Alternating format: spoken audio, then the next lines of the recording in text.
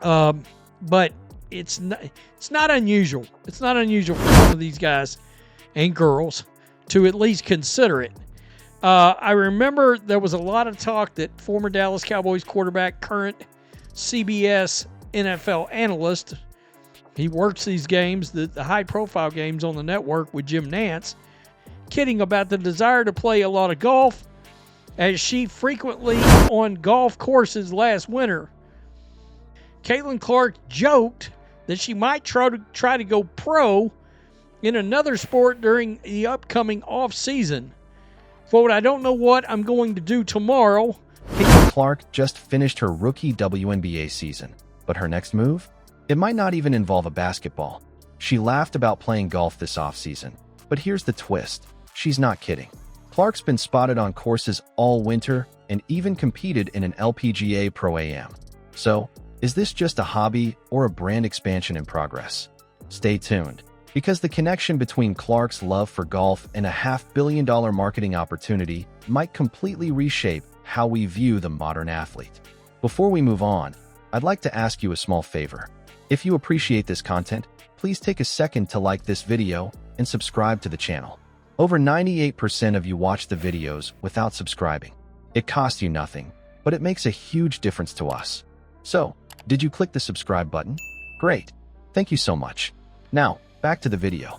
When Caitlin Clark laughed and said, maybe play some golf, after the Fever season ended, people thought she was joking. But that comment stuck around because Clark isn't the type to toss out ideas for fun. She's built a reputation for being obsessed with progress. Even after her rookie season, when most players talk about taking time off, she's already leaning into a new challenge that sounds a lot like strategy disguised as a punchline. That's coming to a arena in China near you, not near you. So let's start with Caitlin Clark and her future, which is really what she'd like to do in the off season, even if it's while laughing or a smile on her face. It seems she's telling the truth. Well, you know, if you could find 3 other participants, would they broadcast that?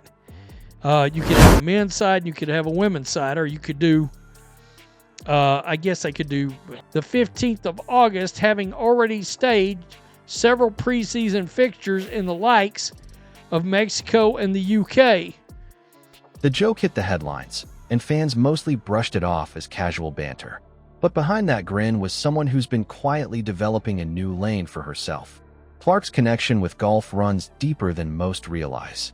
She's taken swings alongside pros in LPGA Pro-Am events, shared practice sessions with high-level golfers, and looks completely at home in that environment. It's not surprising.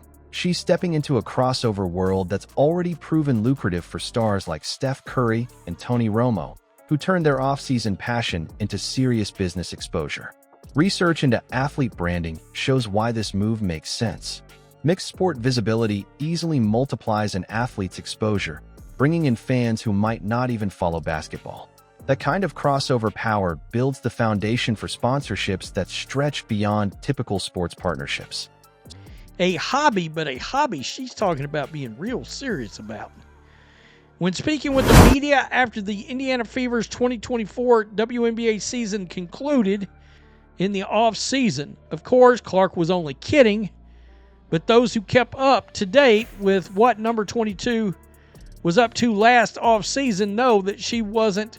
I'm trying to think if Tiger and Phil ever did one, but it would be interesting for Caitlin Clark to do one of these match games like that. Mixed male-female pairs on the situation. So I don't know how that would work out. So let's go over to the WNBA going to China. There's plenty of excitement, but also real risk.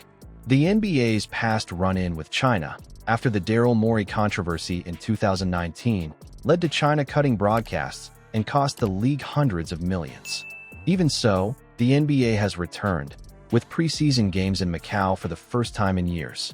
That shows how valuable that market is.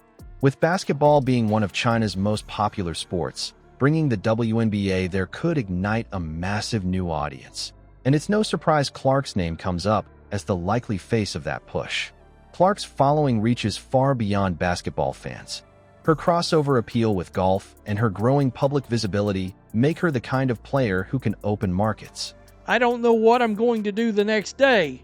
Maybe play some golf. Now, we know she's an extremely avid golfer, right? She's played in a couple of tournaments.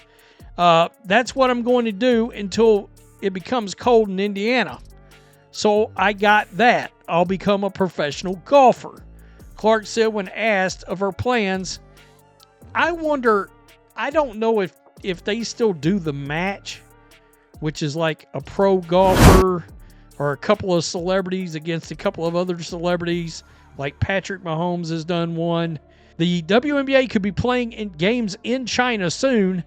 The league held its first regular season matchup outside of the U.S. this year when the Seattle Storm faced the Atlanta Dream at Rogers Arena on...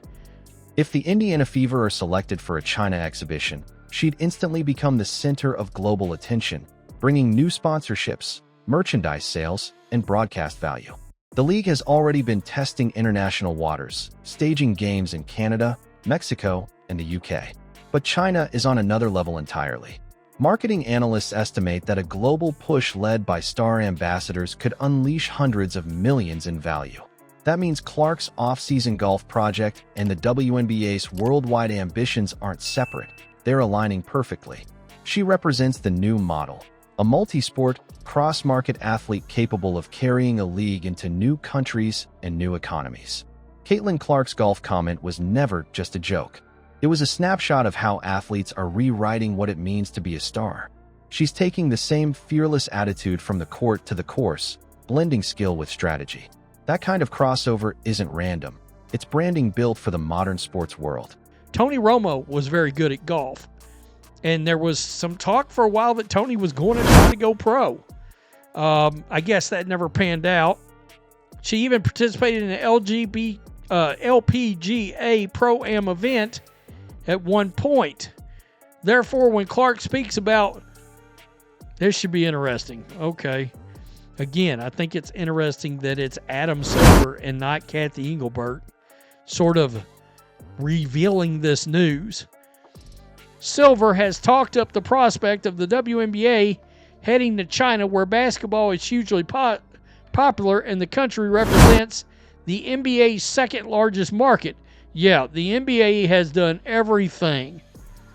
The WNBA's global expansion needs faces that connect beyond basketball, and Clark fits that role perfectly.